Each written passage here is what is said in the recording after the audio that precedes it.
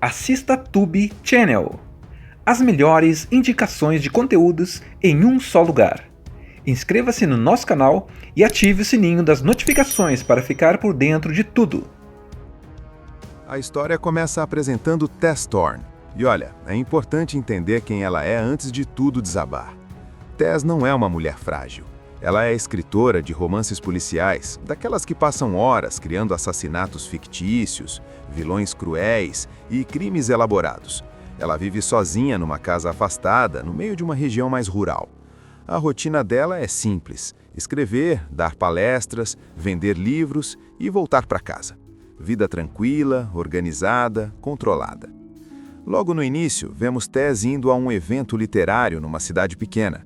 Ela é simpática, acessível, conversa com leitores, autógrafa livros. Ali já dá para perceber que ela é independente e segura. Só que também dá para notar que ela confia nas pessoas. E é exatamente aí que começa o problema. Depois do evento, a organizadora sugere um atalho para Tess voltar mais rápido para casa. Uma estrada isolada, pouco movimentada. Parece inofensivo. Só que, como a gente sabe em filme de suspense, quando alguém fala é um atalho, pode se preparar, porque nunca termina bem. No meio do caminho, o pneu do carro dela fura. E aí entra em cena o tal Big Driver, um homem enorme, caminhoneiro, aparentemente disposto a ajudar. Ele parece calmo no começo. Troca o pneu, fala pouco, observa demais. O silêncio dele já incomoda. A câmera faz questão de mostrar isso. A gente sente que tem algo errado antes mesmo da Tess perceber. E então acontece o que transforma completamente o rumo da história. O homem ataca Tess de forma brutal. É uma cena pesada, desconfortável, crua. O filme não romantiza, não suaviza. Ele mostra o horror da violência com frieza. Tess é agredida, humilhada e deixada praticamente morta numa vala, ao lado do corpo de outra vítima que já estava ali antes. Esse detalhe é importante. Aquilo não foi algo impulsivo. Era rotina para ele. Só que Tess não morre. E é aqui que a parte 1 realmente começa a construir o que vai definir todo o filme, a transformação dela.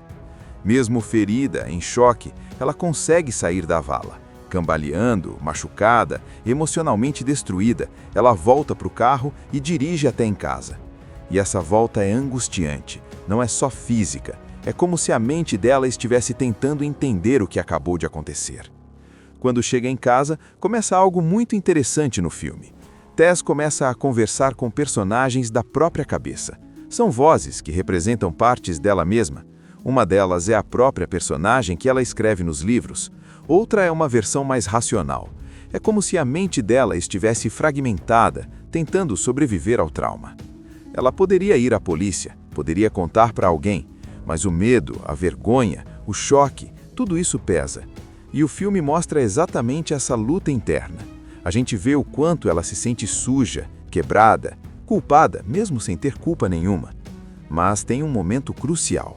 Enquanto limpa os ferimentos e tenta se recompor, Tess começa a lembrar de detalhes. A estrada, o caminhão, o adesivo, a forma como ele agiu e aquela outra vítima na vala. A indignação começa a crescer. Não é só o trauma, é a revolta. Ela percebe que aquele homem já fez isso antes e vai fazer de novo. E aí nasce algo diferente dentro dela. Algo frio, calculado, determinado. A Tess, que escrevia sobre crimes, começa a pensar como investigadora de verdade. Ela começa a montar o quebra-cabeça. Em vez de se esconder, ela começa a planejar. Depois de passar a noite praticamente em estado de sobrevivência, Tess começa a agir com uma frieza que impressiona. Interpretada por Maria Bello, ela não é mais aquela mulher paralisada pelo medo. O que aconteceu com ela não desapareceu. Está ali, o tempo todo, mas agora isso virou combustível. As vozes na cabeça dela continuam aparecendo. Aqueles personagens mentais que representam partes da consciência dela funcionam quase como um conselho interno. Um lado quer esquecer tudo, outro lado quer denunciar, mas a parte mais forte agora quer justiça, do jeito dela. Ela começa voltando à estrada. E essa cena é tensa demais. Voltar ao lugar onde tudo aconteceu exige uma coragem absurda. A vala ainda está lá. O silêncio da estrada é o mesmo. E o corpo da outra vítima também está lá. Isso confirma o que ela já sabia. Aquele homem é um predador em série, não foi um ataque isolado. E aí, a mente de escritora de suspense entra em ação. Tess começa a analisar detalhes como se estivesse dentro de um dos próprios livros. O tipo de caminhão, o adesivo na traseira, o jeito do agressor. Ela lembra que ele foi rápido demais para trocar o pneu. Isso significa que ele já fez aquilo antes. Talvez até tenha furado o pneu de propósito. Ela percebe uma coisa essencial. Ele não é invisível. Ele trabalha para alguém. Caminhoneiros têm rotas, empresas, registros. Então começa a investigação. Ela pesquisa empresas de transporte na região, liga para oficinas, observa caminhões parecidos. É tudo silencioso, sem alarde. E cada passo que ela dá faz o espectador sentir aquela tensão crescente, porque ela está se aproximando. E quando finalmente ela encontra o caminhão, o coração dispara. Ela confirma o adesivo, confirma o modelo, confirma o nome da empresa. E mais importante, descobre o nome dele: Lester. Agora não é mais um monstro sem rosto, é um homem com identidade. Mas o filme não transforma isso numa explosão imediata. Pelo contrário, Tess continua fria. Ela compra uma arma, aprende a usar, testa, planeja horários, observa a rotina dele. O interessante aqui é que o filme mostra o quanto ela está se transformando. Não é uma heroína tradicional. Ela está cruzando uma linha, e sabe disso. As vozes na cabeça dela começam a questionar: você vai mesmo fazer isso? Mas outra parte responde: se você não fizer, ele vai continuar. E tem um momento muito forte quando ela descobre que Lester tem uma mãe, uma senhora aparentemente comum. Isso complica tudo emocionalmente, porque agora o monstro tem família, tem alguém que talvez não saiba de nada. Só que Tess descobre algo perturbador. Há indícios de que a mãe pode ter conhecimento, ou pelo menos suspeitas do que ele faz. Pequenos detalhes que indicam cumplicidade, ou no mínimo, omissão. A tensão aumenta ainda mais quando Tess começa a seguir Lester discretamente. Ela observa a casa, vê a rotina, mede as possibilidades. Não é impulso, é método. E o mais impactante é que você começa a perceber que ela não está fazendo isso só por ela. Ela está fazendo pela mulher morta na vala, pelas outras que podem vir. Tess, vivida por Maria Bello, já não é mais aquela mulher do começo do filme. Aquela escritura simpática que dava autógrafos ficou para trás. O que está diante da gente agora é alguém decidido a fechar essa história do jeito que ela mesma escreveria, só que na vida real. Ela escolhe o momento certo, espera Lester chegar em casa, observa, confirma que ele está sozinho. O silêncio da cena é pesado. Não tem música heróica, não tem glamour, só tensão. Quando ela entra, o clima é sufocante. Cada passo parece ecoar mais alto do que deveria. E então, vem o confronto. Lester não é pego desprevenido por muito tempo. Ele reconhece Tess. E o que é mais perturbador, ele não demonstra culpa. Ele tenta minimizar, tenta manipular, fala como se aquilo tivesse sido algo sem importância. E é nesse momento que o filme deixa tudo ainda mais desconfortável. Ele não é um vilão caricaturado. Ele é frio, cruel, convencido de que sempre vai sair impune. Mas dessa vez, não. Tess aponta a arma. A respiração dela está pesada, mas a decisão é firme.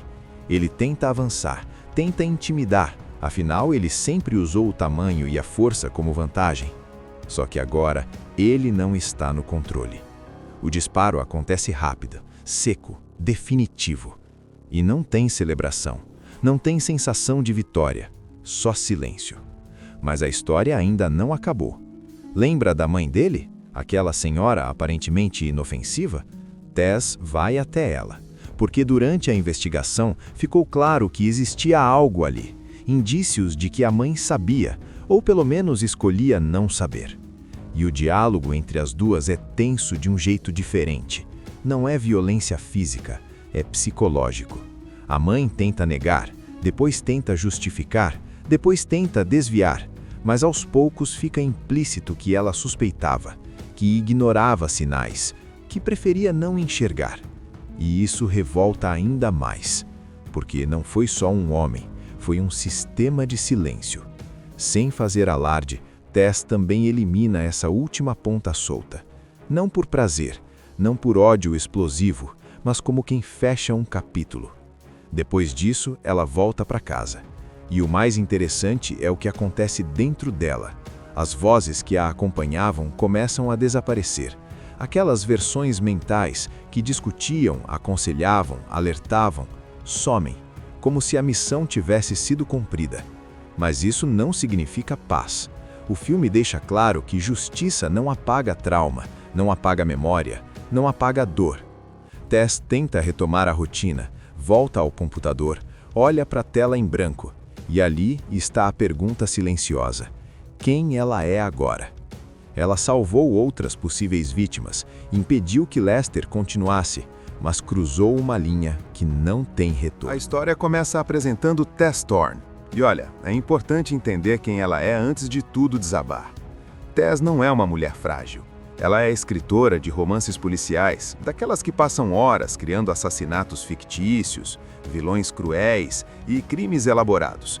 Ela vive sozinha numa casa afastada, no meio de uma região mais rural. A rotina dela é simples: escrever, dar palestras, vender livros e voltar para casa.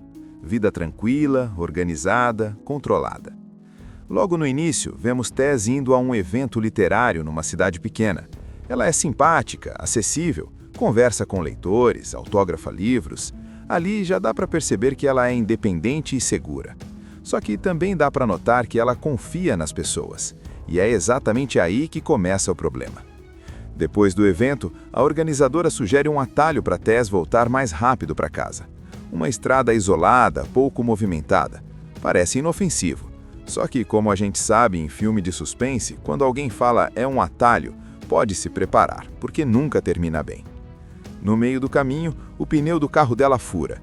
E aí entra em cena o tal Big Driver, um homem enorme, caminhoneiro, aparentemente disposto a ajudar. Ele parece calmo no começo. Troca o pneu, fala pouco, observa demais. O silêncio dele já incomoda. A câmera faz questão de mostrar isso. A gente sente que tem algo errado antes mesmo da Tess perceber. E então acontece o que transforma completamente o rumo da história. O homem ataca Tess de forma brutal. É uma cena pesada, desconfortável, crua. O filme não romantiza, não suaviza. Ele mostra o horror da violência com frieza. Tess é agredida, humilhada e deixada praticamente morta numa vala, ao lado do corpo de outra vítima que já estava ali antes. Esse detalhe é importante. Aquilo não foi algo impulsivo, era rotina para ele. Só que Tess não morre. E é aqui que a parte 1 realmente começa a construir o que vai definir todo o filme, a transformação dela. Mesmo ferida, em choque, ela consegue sair da vala. Cambaleando, machucada, emocionalmente destruída, ela volta para o carro e dirige até em casa.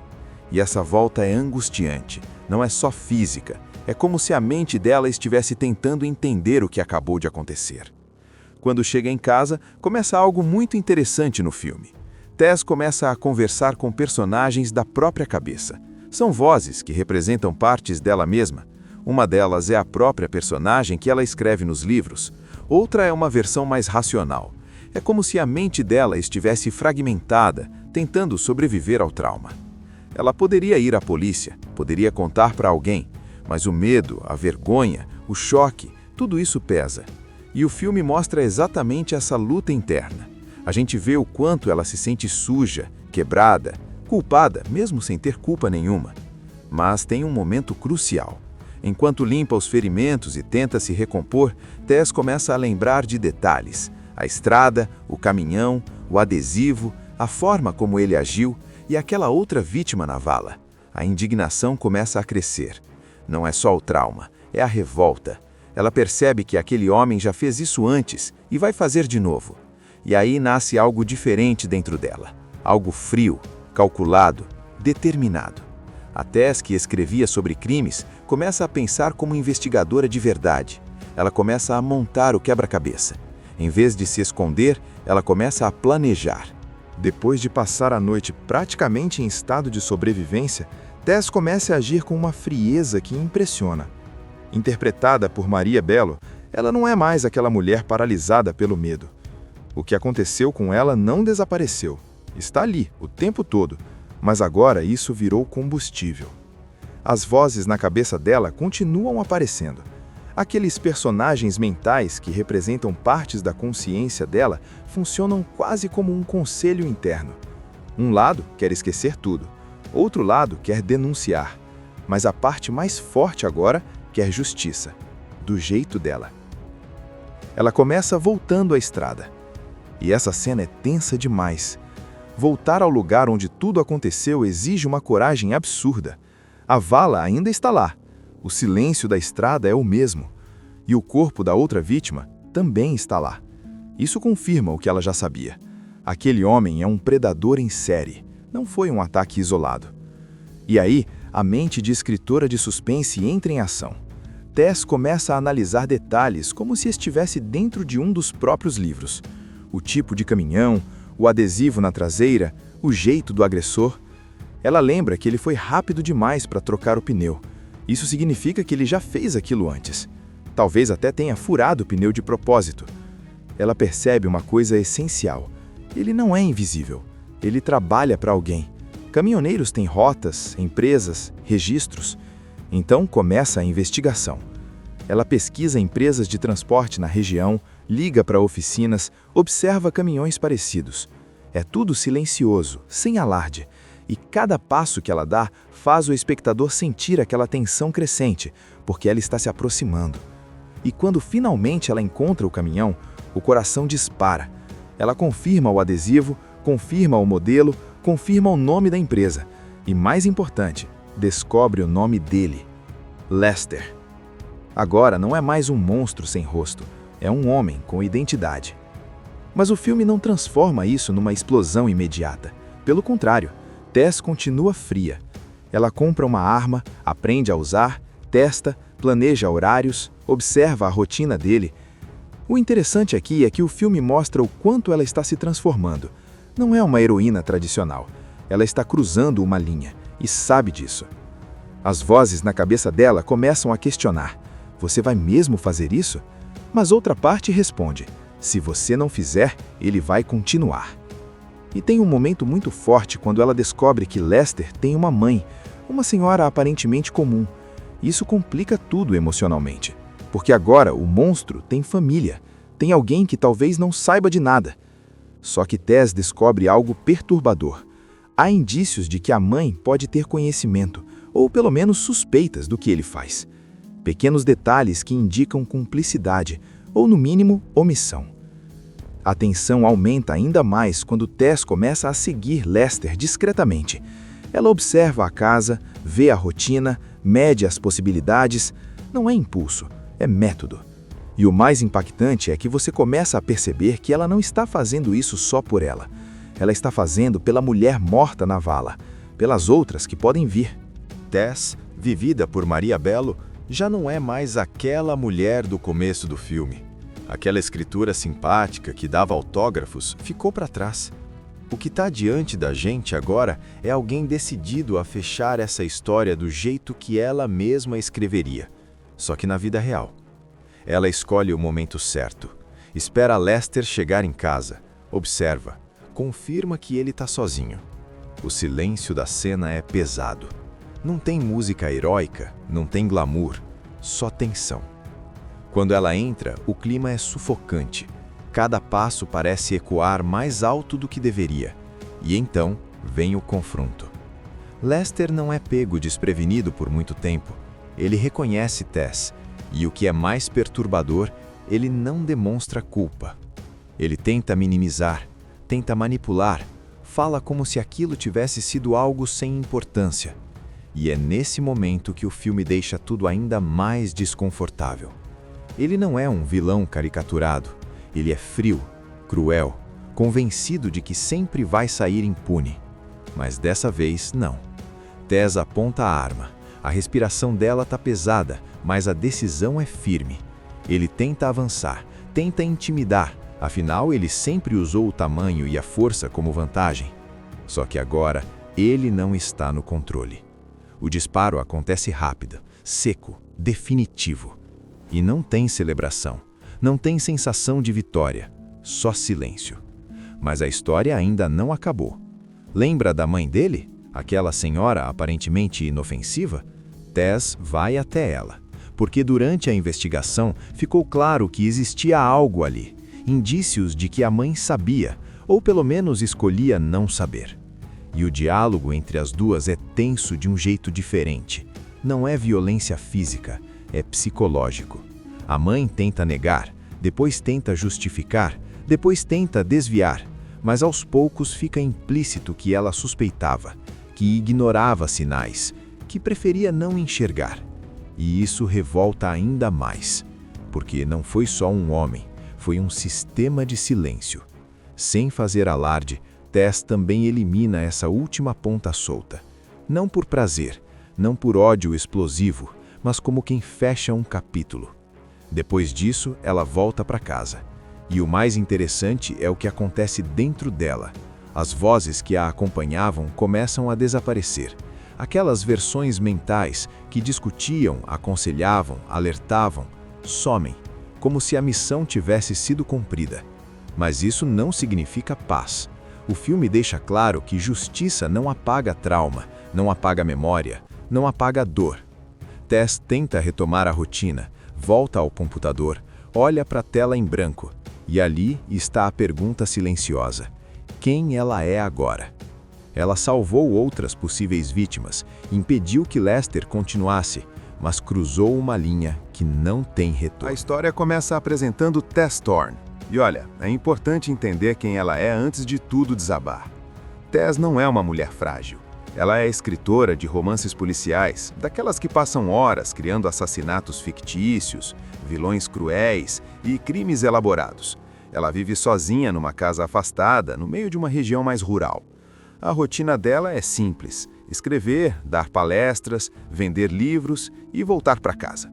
Vida tranquila, organizada, controlada.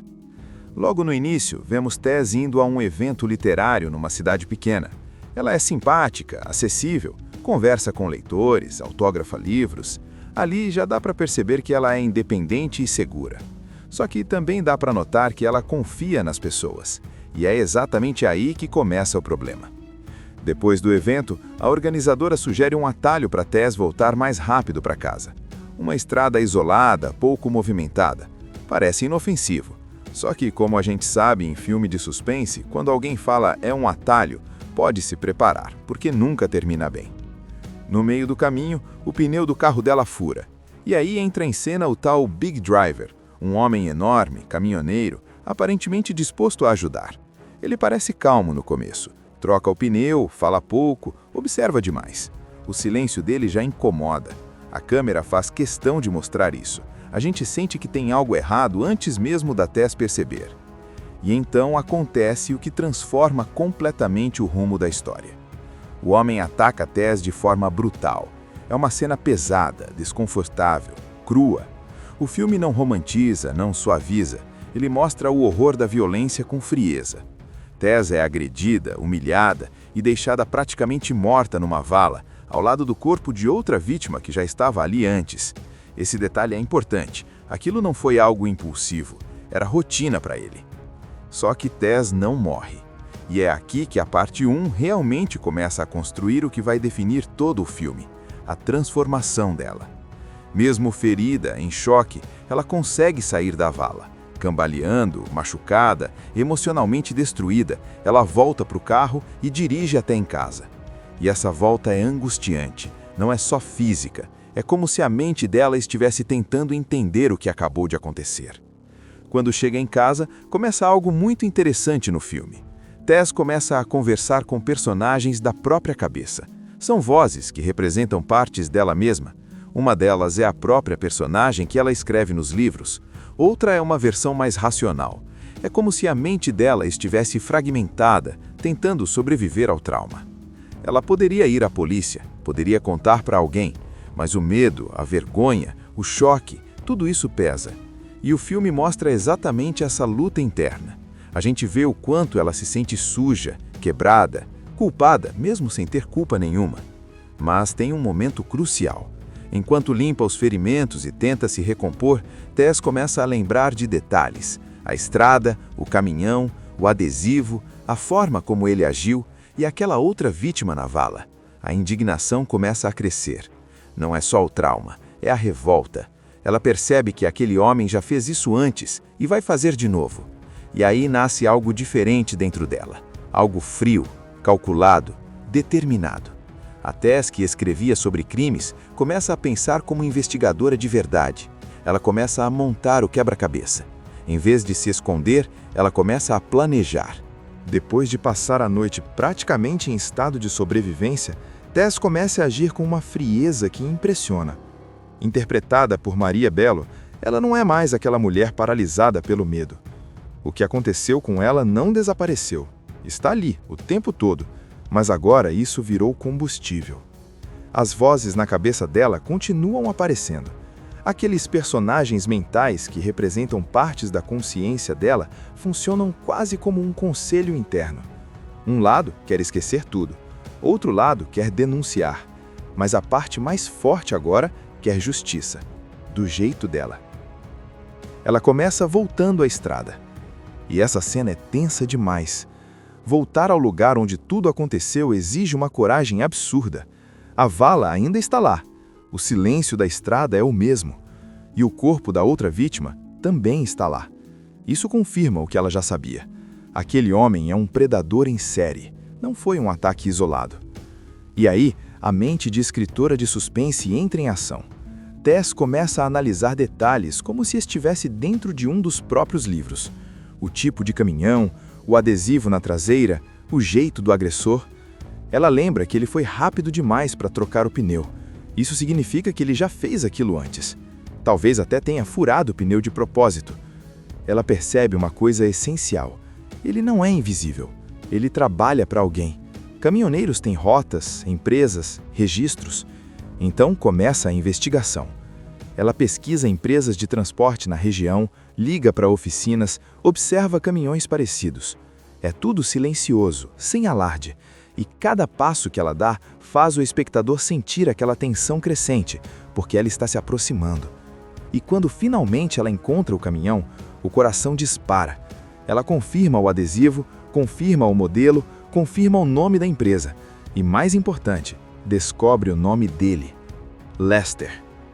Agora não é mais um monstro sem rosto, é um homem com identidade.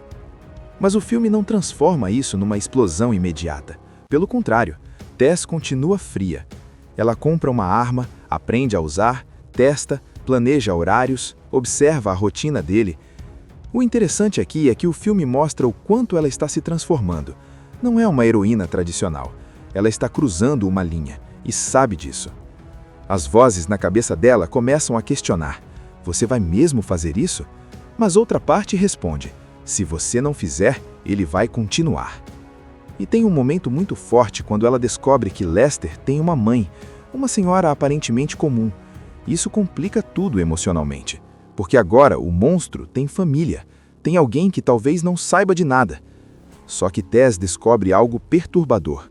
Há indícios de que a mãe pode ter conhecimento, ou pelo menos suspeitas do que ele faz. Pequenos detalhes que indicam cumplicidade, ou no mínimo, omissão. A tensão aumenta ainda mais quando Tess começa a seguir Lester discretamente. Ela observa a casa, vê a rotina, mede as possibilidades. Não é impulso, é método. E o mais impactante é que você começa a perceber que ela não está fazendo isso só por ela. Ela está fazendo pela mulher morta na vala, pelas outras que podem vir.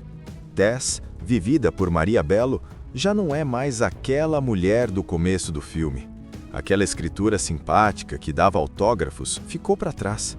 O que está diante da gente agora é alguém decidido a fechar essa história do jeito que ela mesma escreveria, só que na vida real. Ela escolhe o momento certo, espera Lester chegar em casa, observa, confirma que ele está sozinho. O silêncio da cena é pesado. Não tem música heróica, não tem glamour, só tensão. Quando ela entra, o clima é sufocante. Cada passo parece ecoar mais alto do que deveria. E então vem o confronto. Lester não é pego desprevenido por muito tempo. Ele reconhece Tess. E o que é mais perturbador, ele não demonstra culpa. Ele tenta minimizar, tenta manipular, fala como se aquilo tivesse sido algo sem importância. E é nesse momento que o filme deixa tudo ainda mais desconfortável. Ele não é um vilão caricaturado, ele é frio, cruel, convencido de que sempre vai sair impune. Mas dessa vez, não. Tess aponta a arma.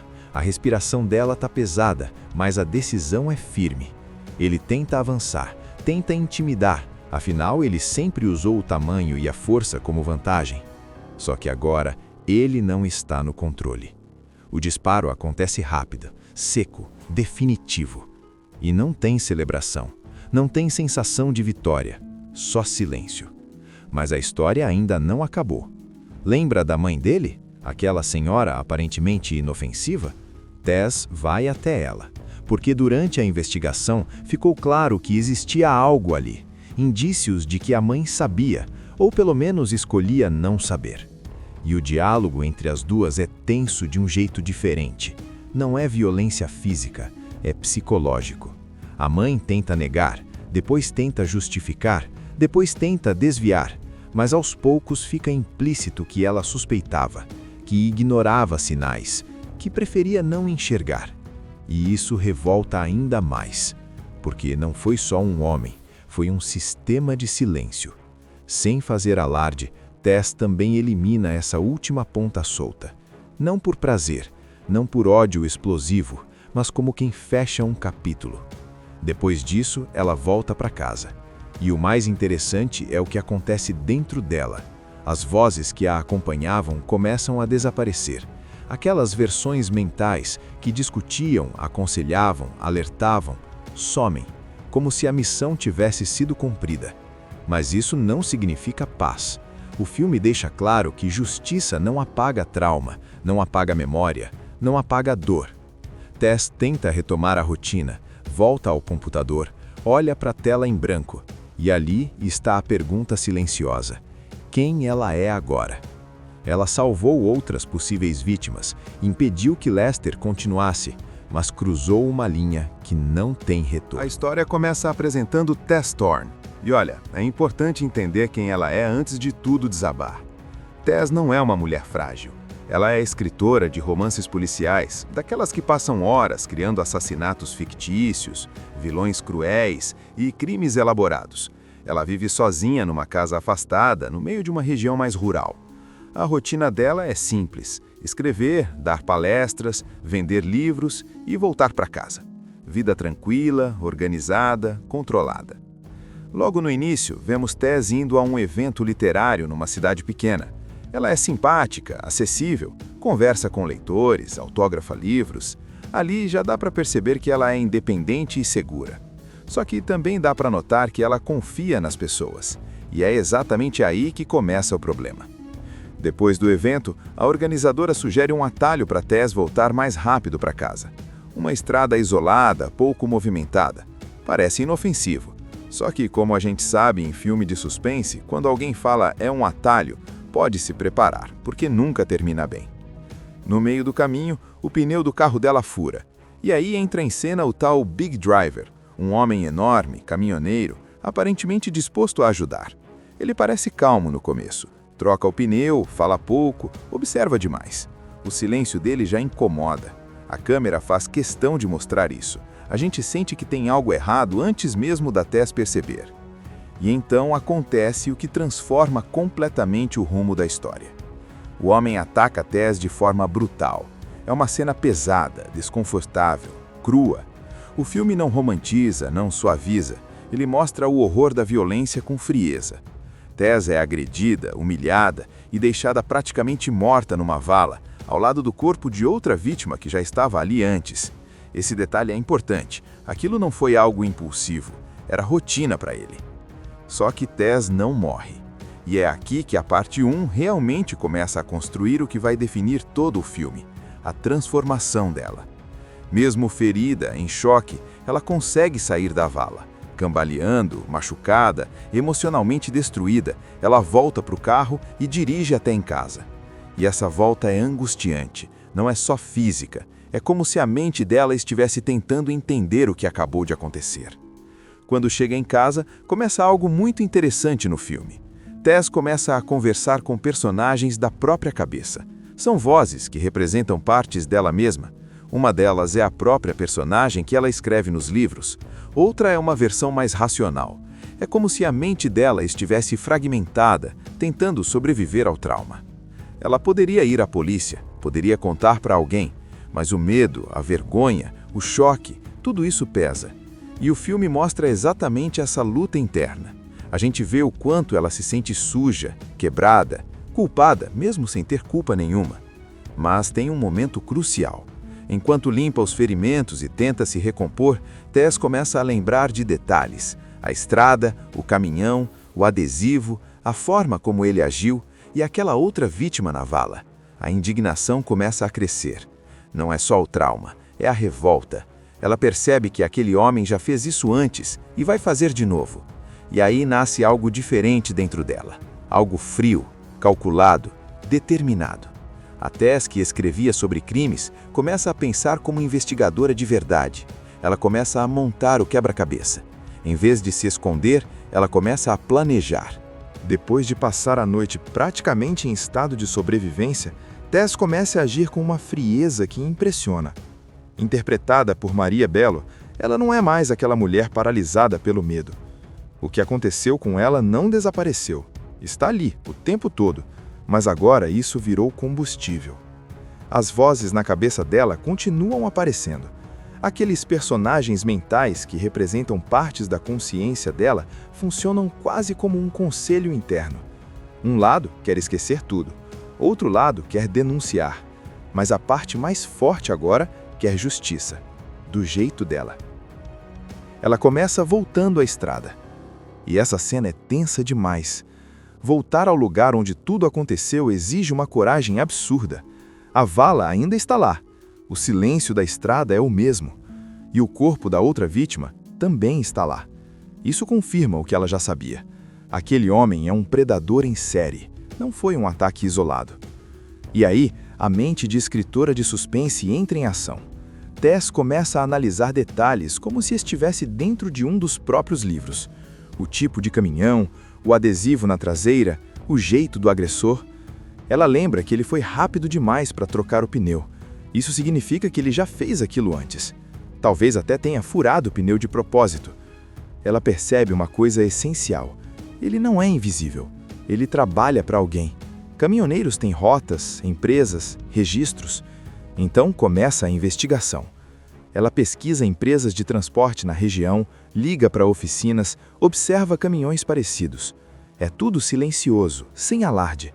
E cada passo que ela dá faz o espectador sentir aquela tensão crescente, porque ela está se aproximando.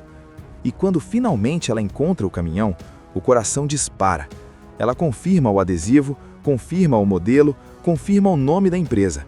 E mais importante, descobre o nome dele: Lester. Agora não é mais um monstro sem rosto, é um homem com identidade. Mas o filme não transforma isso numa explosão imediata. Pelo contrário, Tess continua fria. Ela compra uma arma, aprende a usar, testa, planeja horários, observa a rotina dele. O interessante aqui é que o filme mostra o quanto ela está se transformando. Não é uma heroína tradicional. Ela está cruzando uma linha e sabe disso. As vozes na cabeça dela começam a questionar: você vai mesmo fazer isso? Mas outra parte responde: se você não fizer, ele vai continuar. E tem um momento muito forte quando ela descobre que Lester tem uma mãe, uma senhora aparentemente comum. Isso complica tudo emocionalmente, porque agora o monstro tem família, tem alguém que talvez não saiba de nada. Só que Tess descobre algo perturbador. Há indícios de que a mãe pode ter conhecimento, ou pelo menos suspeitas do que ele faz. Pequenos detalhes que indicam cumplicidade, ou no mínimo, omissão. A tensão aumenta ainda mais quando Tess começa a seguir Lester discretamente. Ela observa a casa, vê a rotina, mede as possibilidades. Não é impulso, é método. E o mais impactante é que você começa a perceber que ela não está fazendo isso só por ela. Ela está fazendo pela mulher morta na vala, pelas outras que podem vir. Tess, vivida por Maria Bello, já não é mais aquela mulher do começo do filme. Aquela escritura simpática que dava autógrafos ficou para trás. O que está diante da gente agora é alguém decidido a fechar essa história do jeito que ela mesma escreveria, só que na vida real. Ela escolhe o momento certo, espera Lester chegar em casa, observa, confirma que ele está sozinho. O silêncio da cena é pesado. Não tem música heróica, não tem glamour, só tensão. Quando ela entra, o clima é sufocante. Cada passo parece ecoar mais alto do que deveria. E então vem o confronto. Lester não é pego desprevenido por muito tempo. Ele reconhece Tess. E o que é mais perturbador, ele não demonstra culpa. Ele tenta minimizar, tenta manipular, fala como se aquilo tivesse sido algo sem importância. E é nesse momento que o filme deixa tudo ainda mais desconfortável. Ele não é um vilão caricaturado. Ele é frio, cruel, convencido de que sempre vai sair impune. Mas dessa vez, não. Tess aponta a arma. A respiração dela está pesada, mas a decisão é firme. Ele tenta avançar, tenta intimidar, afinal ele sempre usou o tamanho e a força como vantagem. Só que agora, ele não está no controle. O disparo acontece rápido, seco, definitivo. E não tem celebração. Não tem sensação de vitória, só silêncio. Mas a história ainda não acabou. Lembra da mãe dele? Aquela senhora aparentemente inofensiva? Tess vai até ela, porque durante a investigação ficou claro que existia algo ali, indícios de que a mãe sabia, ou pelo menos escolhia não saber. E o diálogo entre as duas é tenso de um jeito diferente. Não é violência física, é psicológico. A mãe tenta negar, depois tenta justificar, depois tenta desviar, mas aos poucos fica implícito que ela suspeitava, que ignorava sinais, que preferia não enxergar. E isso revolta ainda mais, porque não foi só um homem, foi um sistema de silêncio. Sem fazer alarde, Tess também elimina essa última ponta solta. Não por prazer, não por ódio explosivo, mas como quem fecha um capítulo. Depois disso, ela volta para casa. E o mais interessante é o que acontece dentro dela. As vozes que a acompanhavam começam a desaparecer. Aquelas versões mentais que discutiam, aconselhavam, alertavam, somem, como se a missão tivesse sido cumprida. Mas isso não significa paz. O filme deixa claro que justiça não apaga trauma, não apaga memória, não apaga dor. Tess tenta retomar a rotina, volta ao computador, olha para a tela em branco, e ali está a pergunta silenciosa: quem ela é agora? Ela salvou outras possíveis vítimas, impediu que Lester continuasse, mas cruzou uma linha que não tem retorno. A história começa apresentando Tess Thorne. E olha, é importante entender quem ela é antes de tudo desabar. Tess não é uma mulher frágil. Ela é escritora de romances policiais, daquelas que passam horas criando assassinatos fictícios, vilões cruéis e crimes elaborados. Ela vive sozinha numa casa afastada, no meio de uma região mais rural. A rotina dela é simples: escrever, dar palestras, vender livros e voltar para casa. Vida tranquila, organizada, controlada. Logo no início, vemos Tess indo a um evento literário numa cidade pequena. Ela é simpática, acessível, conversa com leitores, autógrafa livros. Ali já dá para perceber que ela é independente e segura. Só que também dá para notar que ela confia nas pessoas. E é exatamente aí que começa o problema. Depois do evento, a organizadora sugere um atalho para Tess voltar mais rápido para casa. Uma estrada isolada, pouco movimentada. Parece inofensivo. Só que, como a gente sabe em filme de suspense, quando alguém fala é um atalho, pode se preparar, porque nunca termina bem. No meio do caminho, o pneu do carro dela fura. E aí entra em cena o tal Big Driver, um homem enorme, caminhoneiro, aparentemente disposto a ajudar. Ele parece calmo no começo. Troca o pneu, fala pouco, observa demais. O silêncio dele já incomoda. A câmera faz questão de mostrar isso. A gente sente que tem algo errado antes mesmo da Tess perceber. E então acontece o que transforma completamente o rumo da história. O homem ataca Tess de forma brutal. É uma cena pesada, desconfortável, crua. O filme não romantiza, não suaviza. Ele mostra o horror da violência com frieza. Tess é agredida, humilhada e deixada praticamente morta numa vala, ao lado do corpo de outra vítima que já estava ali antes. Esse detalhe é importante. Aquilo não foi algo impulsivo, era rotina para ele. Só que Tess não morre. E é aqui que a parte 1 realmente começa a construir o que vai definir todo o filme, a transformação dela. Mesmo ferida, em choque, ela consegue sair da vala. Cambaleando, machucada, emocionalmente destruída, ela volta para o carro e dirige até em casa. E essa volta é angustiante, não é só física, é como se a mente dela estivesse tentando entender o que acabou de acontecer. Quando chega em casa, começa algo muito interessante no filme. Tess começa a conversar com personagens da própria cabeça. São vozes que representam partes dela mesma. Uma delas é a própria personagem que ela escreve nos livros. Outra é uma versão mais racional. É como se a mente dela estivesse fragmentada, tentando sobreviver ao trauma.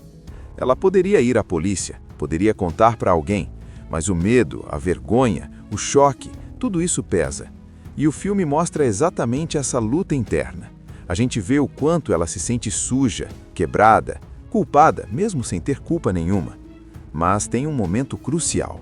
Enquanto limpa os ferimentos e tenta se recompor, Tess começa a lembrar de detalhes. A estrada, o caminhão, o adesivo, a forma como ele agiu e aquela outra vítima na vala. A indignação começa a crescer. Não é só o trauma, é a revolta. Ela percebe que aquele homem já fez isso antes e vai fazer de novo.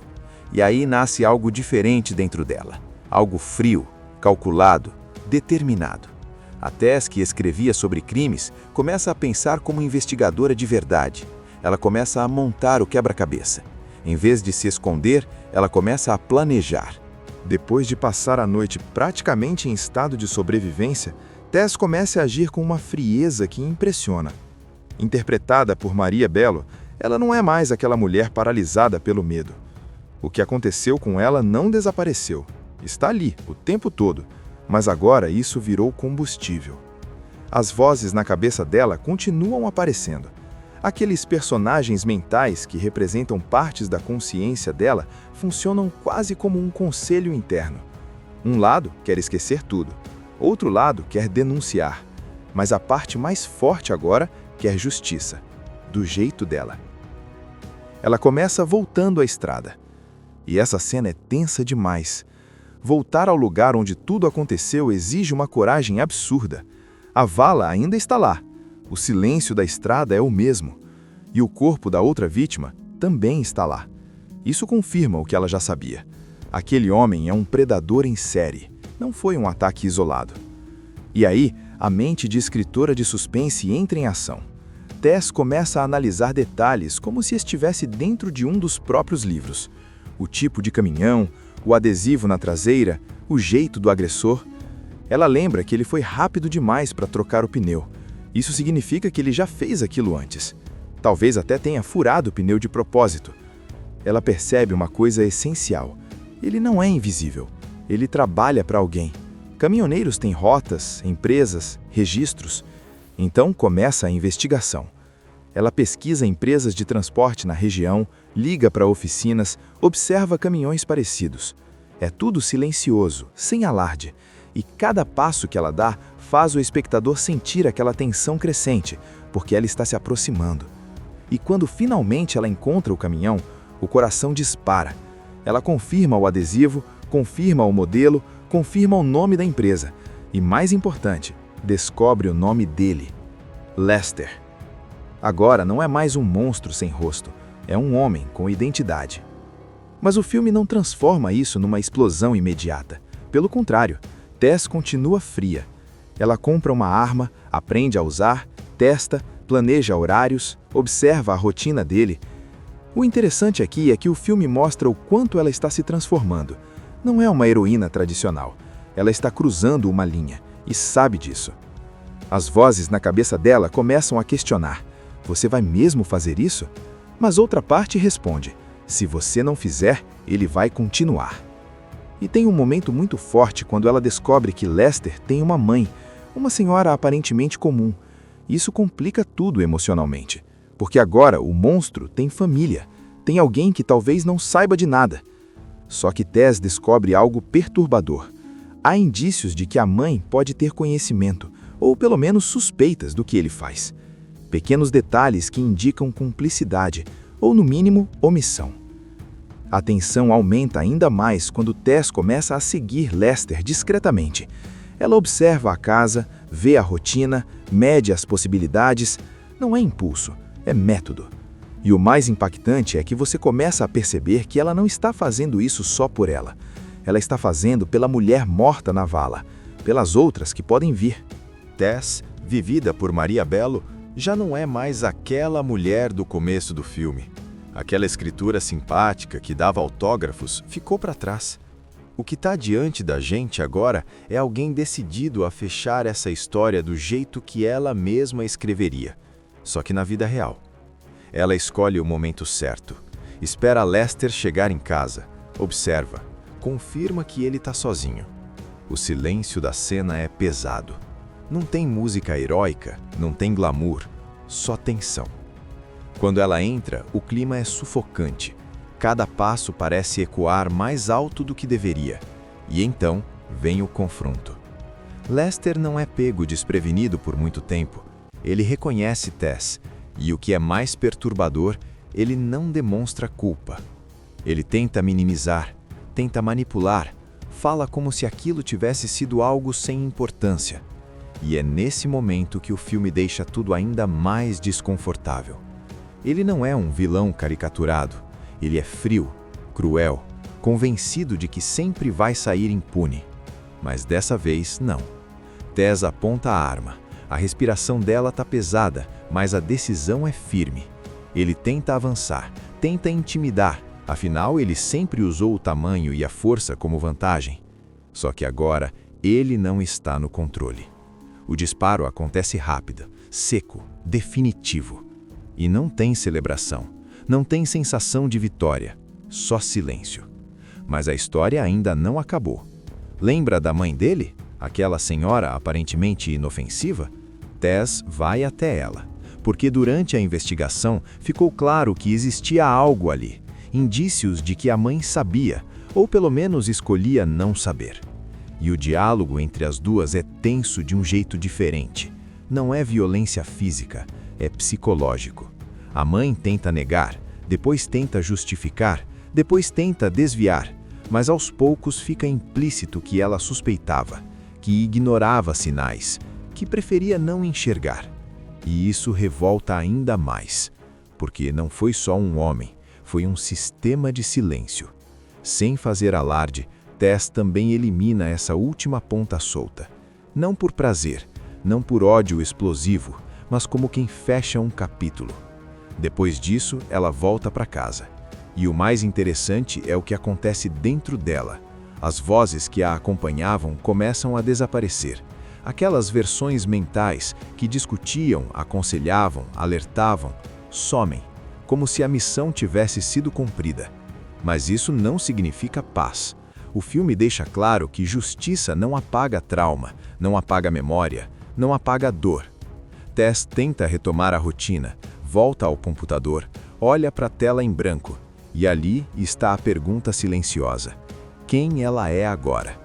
Ela salvou outras possíveis vítimas, impediu que Lester continuasse, mas cruzou uma linha que não tem retorno. A história começa apresentando Tess Thorne. E olha, é importante entender quem ela é antes de tudo desabar. Tess não é uma mulher frágil.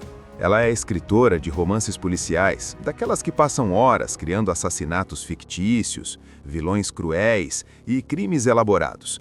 Ela vive sozinha numa casa afastada, no meio de uma região mais rural.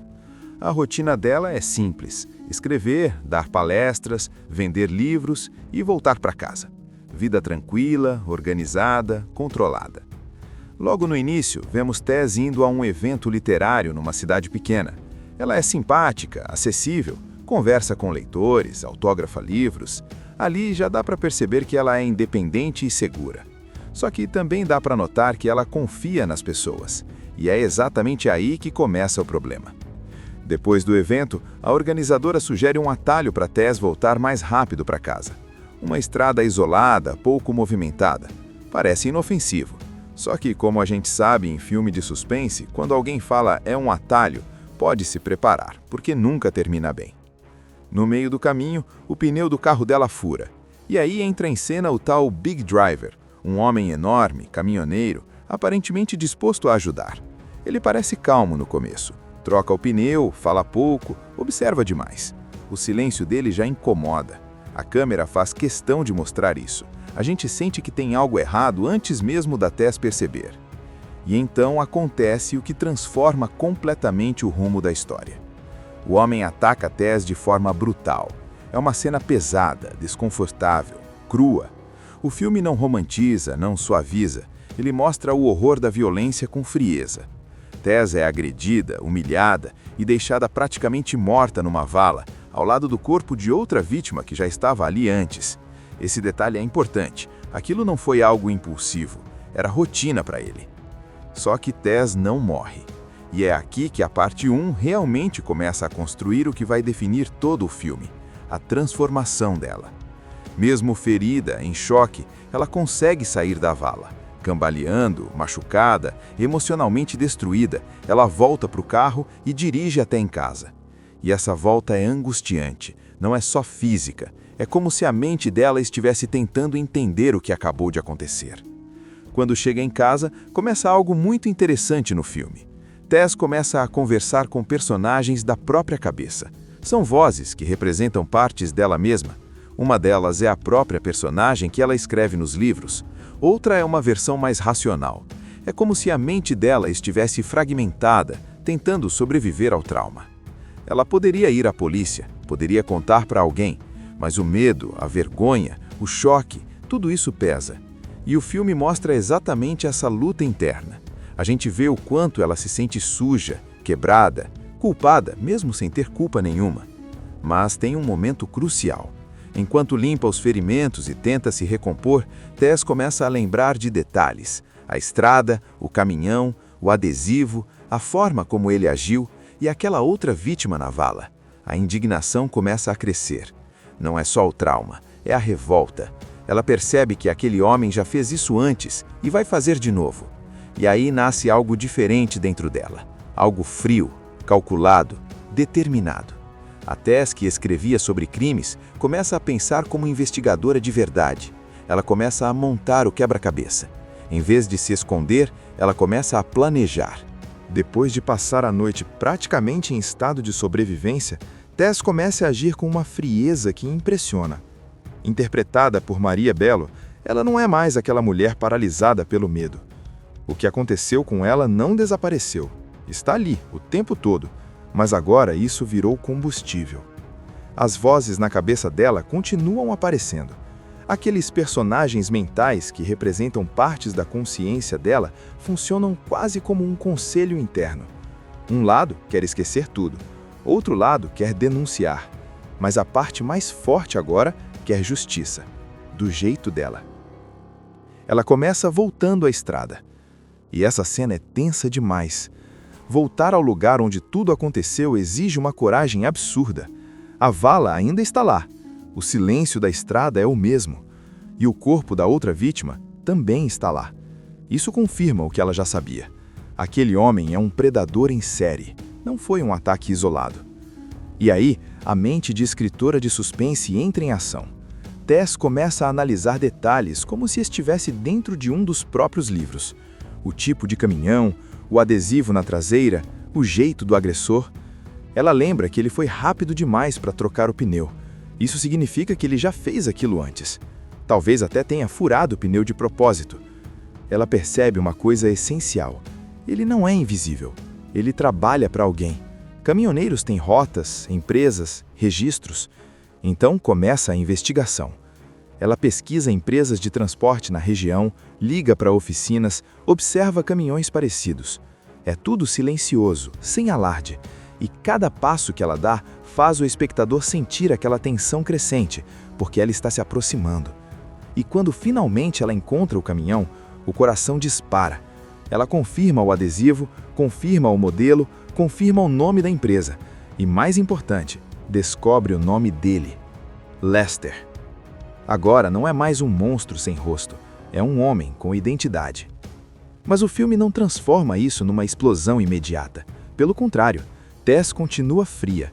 Ela compra uma arma, aprende a usar, testa, planeja horários, observa a rotina dele. O interessante aqui é que o filme mostra o quanto ela está se transformando. Não é uma heroína tradicional. Ela está cruzando uma linha e sabe disso. As vozes na cabeça dela começam a questionar: você vai mesmo fazer isso? Mas outra parte responde: se você não fizer, ele vai continuar.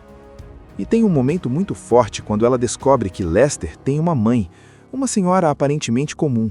Isso complica tudo emocionalmente, porque agora o monstro tem família, tem alguém que talvez não saiba de nada. Só que Tess descobre algo perturbador. Há indícios de que a mãe pode ter conhecimento, ou pelo menos suspeitas do que ele faz. Pequenos detalhes que indicam cumplicidade, ou no mínimo, omissão. A tensão aumenta ainda mais quando Tess começa a seguir Lester discretamente. Ela observa a casa, vê a rotina, mede as possibilidades. Não é impulso, é método. E o mais impactante é que você começa a perceber que ela não está fazendo isso só por ela. Ela está fazendo pela mulher morta na vala, pelas outras que podem vir. Tess, vivida por Maria Bello, já não é mais aquela mulher do começo do filme. Aquela escritura simpática que dava autógrafos ficou para trás. O que está diante da gente agora é alguém decidido a fechar essa história do jeito que ela mesma escreveria, só que na vida real. Ela escolhe o momento certo, espera Lester chegar em casa, observa, confirma que ele está sozinho. O silêncio da cena é pesado. Não tem música heróica, não tem glamour, só tensão. Quando ela entra, o clima é sufocante. Cada passo parece ecoar mais alto do que deveria. E então vem o confronto. Lester não é pego desprevenido por muito tempo. Ele reconhece Tess. E o que é mais perturbador, ele não demonstra culpa. Ele tenta minimizar, tenta manipular, fala como se aquilo tivesse sido algo sem importância. E é nesse momento que o filme deixa tudo ainda mais desconfortável. Ele não é um vilão caricaturado. Ele é frio, cruel, convencido de que sempre vai sair impune. Mas dessa vez, não. Tess aponta a arma. A respiração dela está pesada, mas a decisão é firme. Ele tenta avançar, tenta intimidar, afinal ele sempre usou o tamanho e a força como vantagem. Só que agora, ele não está no controle. O disparo acontece rápido, seco, definitivo. E não tem celebração, não tem sensação de vitória, só silêncio. Mas a história ainda não acabou. Lembra da mãe dele? Aquela senhora aparentemente inofensiva? Tess vai até ela, porque durante a investigação ficou claro que existia algo ali, indícios de que a mãe sabia, ou pelo menos escolhia não saber. E o diálogo entre as duas é tenso de um jeito diferente. Não é violência física, é psicológico. A mãe tenta negar, depois tenta justificar, depois tenta desviar, mas aos poucos fica implícito que ela suspeitava, que ignorava sinais, que preferia não enxergar. E isso revolta ainda mais, porque não foi só um homem, foi um sistema de silêncio. Sem fazer alarde, Tess também elimina essa última ponta solta. Não por prazer, não por ódio explosivo, mas como quem fecha um capítulo. Depois disso, ela volta para casa. E o mais interessante é o que acontece dentro dela. As vozes que a acompanhavam começam a desaparecer. Aquelas versões mentais que discutiam, aconselhavam, alertavam, somem, como se a missão tivesse sido cumprida. Mas isso não significa paz. O filme deixa claro que justiça não apaga trauma, não apaga memória, não apaga dor. Tess tenta retomar a rotina, volta ao computador, olha para a tela em branco, e ali está a pergunta silenciosa: quem ela é agora? Ela salvou outras possíveis vítimas, impediu que Lester continuasse, mas cruzou uma linha que não tem retorno. A história começa apresentando Tess Thorne. E olha, é importante entender quem ela é antes de tudo desabar. Tess não é uma mulher frágil. Ela é escritora de romances policiais, daquelas que passam horas criando assassinatos fictícios, vilões cruéis e crimes elaborados. Ela vive sozinha numa casa afastada, no meio de uma região mais rural. A rotina dela é simples: escrever, dar palestras, vender livros e voltar para casa. Vida tranquila, organizada, controlada. Logo no início, vemos Tess indo a um evento literário numa cidade pequena. Ela é simpática, acessível, conversa com leitores, autógrafa livros. Ali já dá para perceber que ela é independente e segura. Só que também dá para notar que ela confia nas pessoas. E é exatamente aí que começa o problema. Depois do evento, a organizadora sugere um atalho para Tess voltar mais rápido para casa. Uma estrada isolada, pouco movimentada. Parece inofensivo. Só que, como a gente sabe em filme de suspense, quando alguém fala é um atalho, pode se preparar, porque nunca termina bem. No meio do caminho, o pneu do carro dela fura. E aí entra em cena o tal Big Driver, um homem enorme, caminhoneiro, aparentemente disposto a ajudar. Ele parece calmo no começo. Troca o pneu, fala pouco, observa demais. O silêncio dele já incomoda. A câmera faz questão de mostrar isso. A gente sente que tem algo errado antes mesmo da Tess perceber. E então acontece o que transforma completamente o rumo da história. O homem ataca Tess de forma brutal. É uma cena pesada, desconfortável, crua. O filme não romantiza, não suaviza. Ele mostra o horror da violência com frieza. Tess é agredida, humilhada e deixada praticamente morta numa vala, ao lado do corpo de outra vítima que já estava ali antes. Esse detalhe é importante. Aquilo não foi algo impulsivo. Era rotina para ele. Só que Tess não morre. E é aqui que a parte 1 realmente começa a construir o que vai definir todo o filme, a transformação dela. Mesmo ferida, em choque, ela consegue sair da vala. Cambaleando, machucada, emocionalmente destruída, ela volta para o carro e dirige até em casa. E essa volta é angustiante, não é só física, é como se a mente dela estivesse tentando entender o que acabou de acontecer. Quando chega em casa, começa algo muito interessante no filme. Tess começa a conversar com personagens da própria cabeça. São vozes que representam partes dela mesma.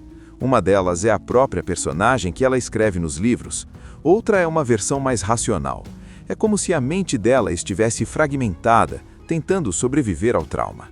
Ela poderia ir à polícia, poderia contar para alguém, mas o medo, a vergonha, o choque, tudo isso pesa.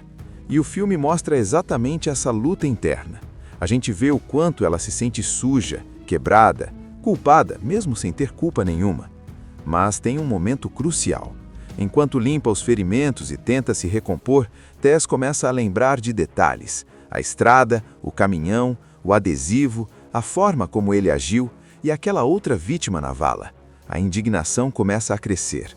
Não é só o trauma, é a revolta. Ela percebe que aquele homem já fez isso antes e vai fazer de novo.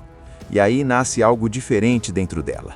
Algo frio, calculado, determinado. A Tess, que escrevia sobre crimes, começa a pensar como investigadora de verdade. Ela começa a montar o quebra-cabeça. Em vez de se esconder, ela começa a planejar. Depois de passar a noite praticamente em estado de sobrevivência, Tess começa a agir com uma frieza que impressiona. Interpretada por Maria Bello, ela não é mais aquela mulher paralisada pelo medo. O que aconteceu com ela não desapareceu. Está ali, o tempo todo. Mas agora isso virou combustível. As vozes na cabeça dela continuam aparecendo. Aqueles personagens mentais que representam partes da consciência dela funcionam quase como um conselho interno. Um lado quer esquecer tudo, outro lado quer denunciar. Mas a parte mais forte agora quer justiça, do jeito dela. Ela começa voltando à estrada. E essa cena é tensa demais.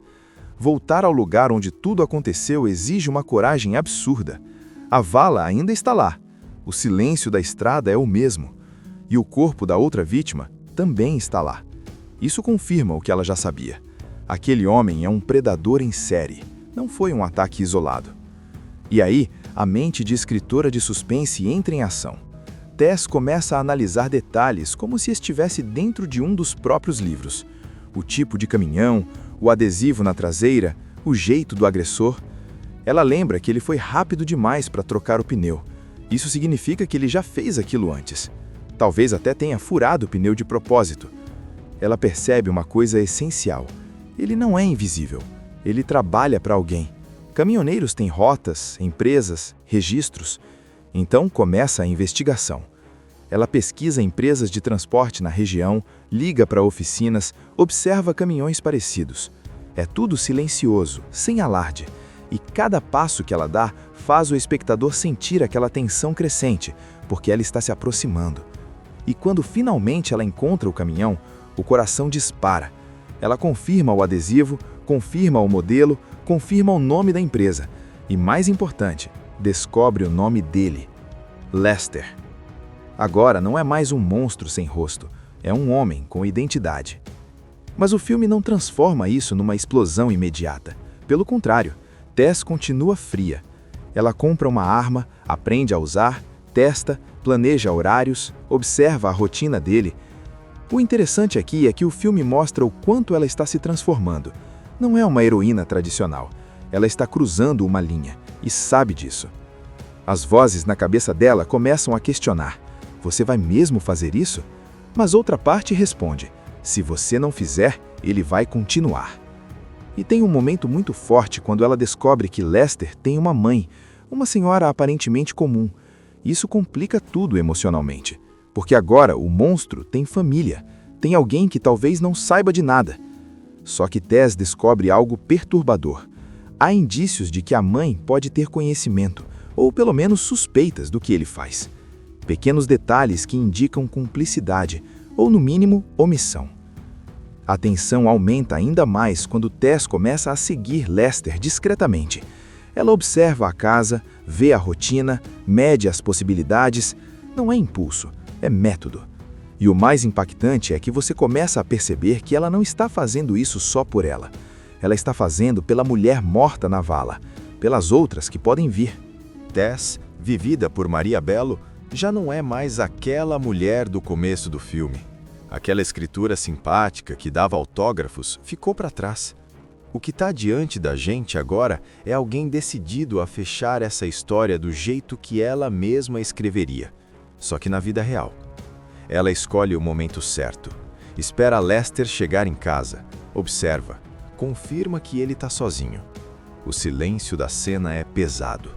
Não tem música heróica, não tem glamour, só tensão. Quando ela entra, o clima é sufocante. Cada passo parece ecoar mais alto do que deveria. E então vem o confronto. Lester não é pego desprevenido por muito tempo. Ele reconhece Tess. E o que é mais perturbador, ele não demonstra culpa. Ele tenta minimizar, tenta manipular, fala como se aquilo tivesse sido algo sem importância. E é nesse momento que o filme deixa tudo ainda mais desconfortável. Ele não é um vilão caricaturado. Ele é frio, cruel, convencido de que sempre vai sair impune. Mas dessa vez, não.